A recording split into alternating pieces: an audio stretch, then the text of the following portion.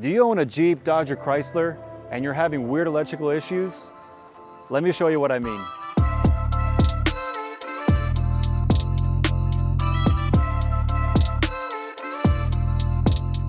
The front and or rear windshield wipers not working, or the windshield wiper fluid.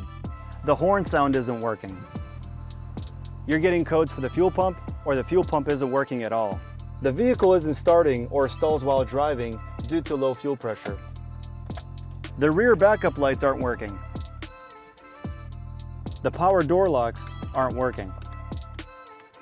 So now that you confirm the issues are with the TIPM unit, I'm going to show you how to disconnect the battery and go ahead and do a reset with the battery cables shorting out each other. So that's going to do a full reset. And then in the meantime, we're going to remove the TIPM unit and I'm going to show you how to reinstall it. And last but not least, the reset. Disconnect the negative terminal on the battery first. Disconnect the positive terminal on the battery. Now this is an important process. What we want to do is take the positive cable and the negative cable and short them out together. And what this is actually going to do is drain all the voltage from every computer module in the vehicle, and it's going to basically do a full system reboot. So while we're removing the TIPM, it's good to have this reset. I recommend at least 30 minutes, but if you want a full discharge, you can even do it overnight if you're still having some kind of weird electrical issues. Make sure that the battery cables don't touch the battery themselves, otherwise it could cause more issues. If you feel unconfident about this, you can remove the battery altogether and do it just like so. Just zip tie them together. The first step is to remove the TIPM cover, and it has two tabs. Just pull up and it comes right off. Once we have the top cover removed, you'll see all the fuses and relays right on the top that are removable, and there are some that are soldered to the board inside, which is what we rebuild. And you'll also see the power cable going from the TIPM, and you'll need a 13mm wrench, whereas for the battery it was 10mm. So once you have this 13mm wrench on, go ahead and make sure it's coming out. There's a nut at the top.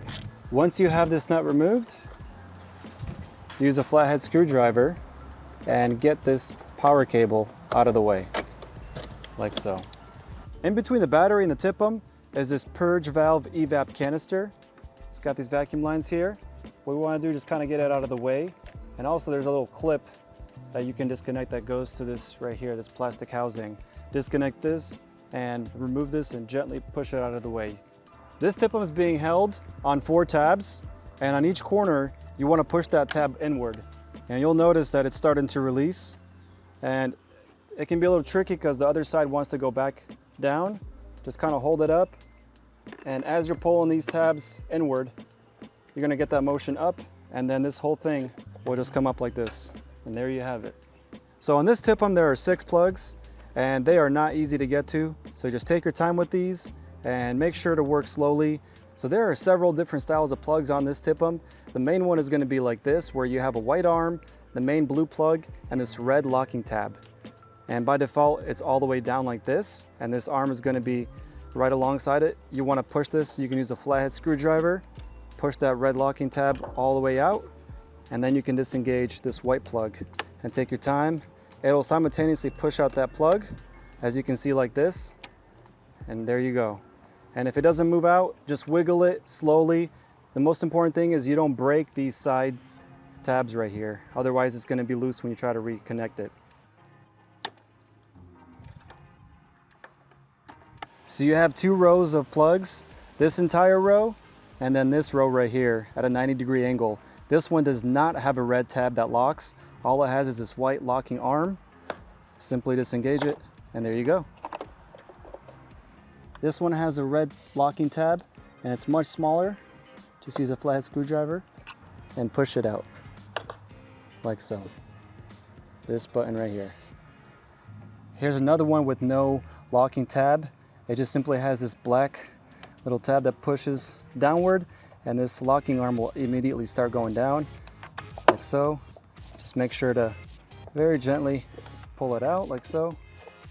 And this is the last one right here. Last but not least, the locking arm, once it moves all the way down towards the wire, pull it out, and again, just finesse it, take your time, be patient, and there you have it. So this is how you remove the TIPM. As you can see, it's a totally integrated power module. Obviously you can test and replace the fuses and relays that you can remove, but there are logic boards inside with soldered in relays, which is what we specialize in repair. And you want to make sure you inspect everything because these pins do get corroded sometimes. And you'll see that here's the different styles of plugs. You have one style of plug, a second style of plug, third, and a fourth. So there's 4 different styles of plugs on this TIPM. So once you received your refurbished TIPM from us, make sure to do the software relearn reset procedure. And it's very simple. When you have the TIPM reinstalled back in the vehicle, you're going to want to do this one final step, and that's having your key in the ignition, and don't start it, just put it in the ignition stage like so, where you hear all the diagnostic and the chimes come on, and leave it on there for at least 12 seconds. So we're going to wait 12 seconds. It's going to chime a few times. And after you've had it on for at least 12 seconds, remove the key and have it removed for a few extra seconds. And now you can start your vehicle. So go ahead and put it back in and start it up. What this is going to do is reset and repair all the circuitry in the vehicle, especially the TIPM, so it does a relearn procedure. If you don't do this step, you might still have a few issues, and this is the final step that you need to do when you get it back from us. So that's how you remove a TIPM unit from a Jeep, Dodge, or Chrysler. And I showed you how to do the hard battery reset with the battery cables, and also how to do a relearn procedure reset with the key in the ignition. And it's very specific how to do it so we can relearn and pair this back to the vehicle. If you found this video helpful, make sure to hit that like and subscribe button. Any questions below, leave them in the comments below. And make sure to follow us on Facebook, YouTube, Instagram, and also follow us on our forums, forums.upfix.com. And we'll see you next time.